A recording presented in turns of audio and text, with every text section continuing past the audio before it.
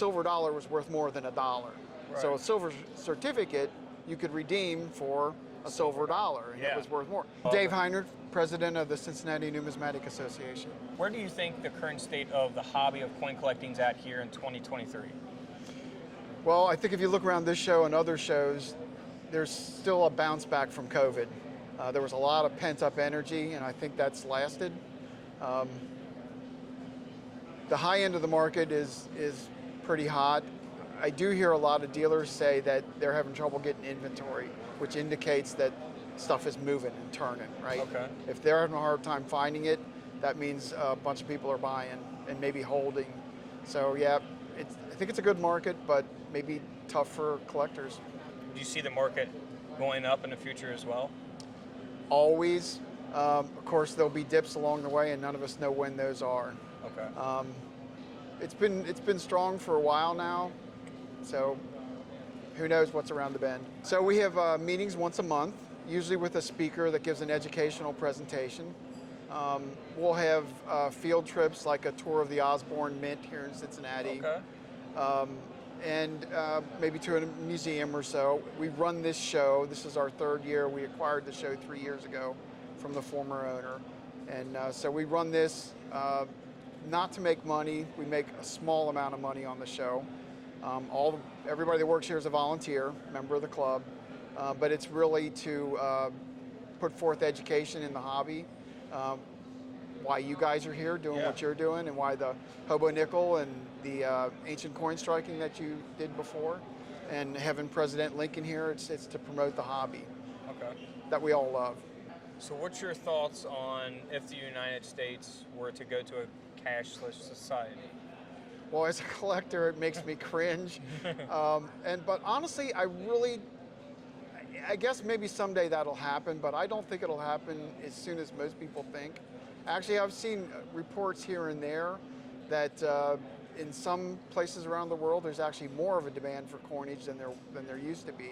Okay. And as far as cashless altogether, so if we're including banknotes, there's maybe a very small trend, but some of the younger people are doing there's a name for it, envelope something, where they'll cash their check and they have an envelope for rent, an envelope for groceries, an envelope for whatever, and they put cash into it and they spend out of that envelope. And when the envelope's empty, they wait till the next paycheck rather than charging on a card and getting out of control. Right. So, and we had an employee a couple years ago. He's no longer with us, but up until that time, he had been nothing but cash. He took his paycheck, cashed it, he paid everything in cash.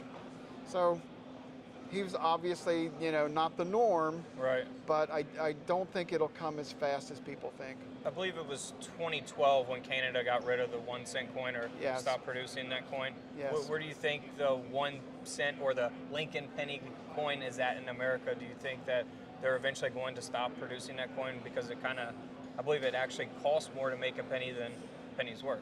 It does. So does the nickel. If I was ruler of the world, I would just across the board revalue our currency, probably 100 to 1.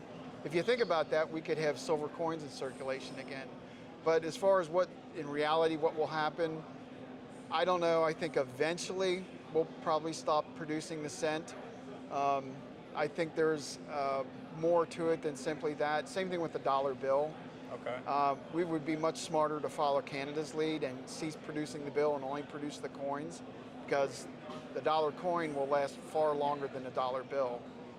But, there's probably some lobbying there. There might be interest in continuing to print the dollar bill because of, maybe the ink suppliers, maybe the paper supplier, maybe the unions for the guys who do the printing. I'm not against anybody, but there are other things besides the economy itself that might drive that. Can you speak just real quickly about how the dollar was backed by gold and silver, and in the 1960s how they kind of transitioned from silver coins to clad coins? I remember that actually. I was very young at the time, and that's when I first started collecting. So I was so young that I wasn't involved in any of the collecting and cashing in for the silver or whatever, but I do know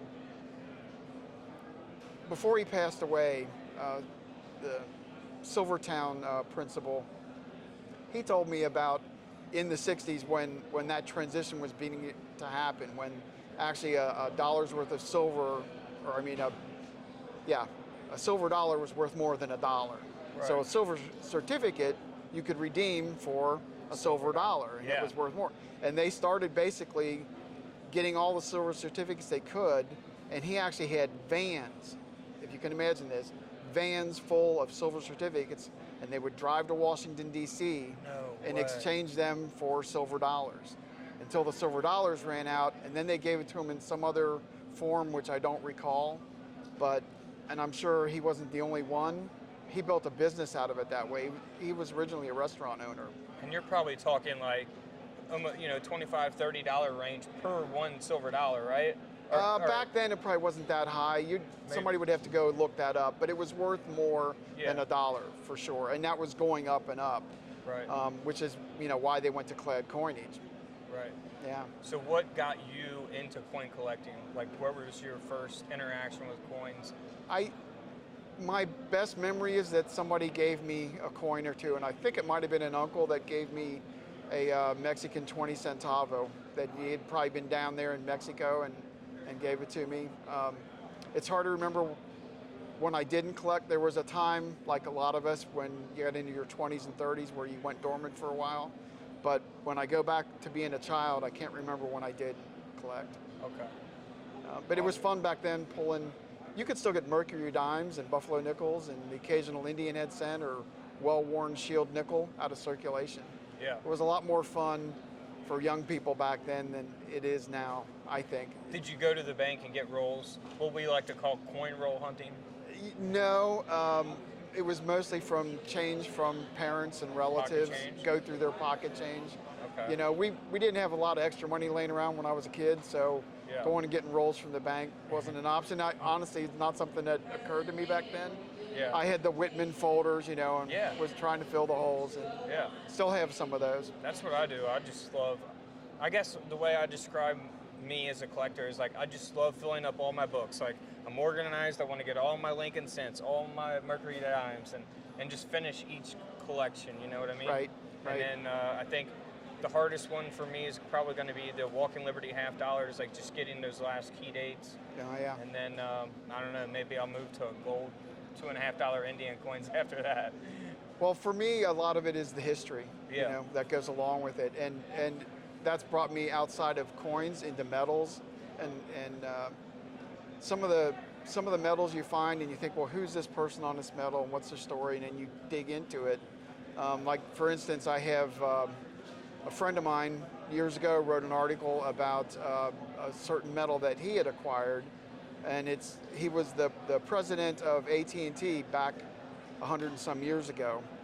And when he passed away, they started this charitable thing where they would give an award to AT&T employees for above and beyond their duty, right? Okay. Things like there's a huge flood in the town, and the operator stays there even though the building's flooding, take emergency calls and route people. You got to remember, this was back before cell phones and before a lot of any other kind of communication, or other things. Like there was a lineman that got shocked and his heart stopped, and a fellow employee did CPR on him until the ambulance arrived and saved his life. And they would give these.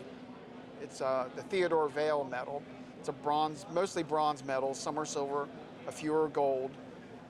But to look up the history on that, and the one that I got, I actually acquired it after my friend passed away.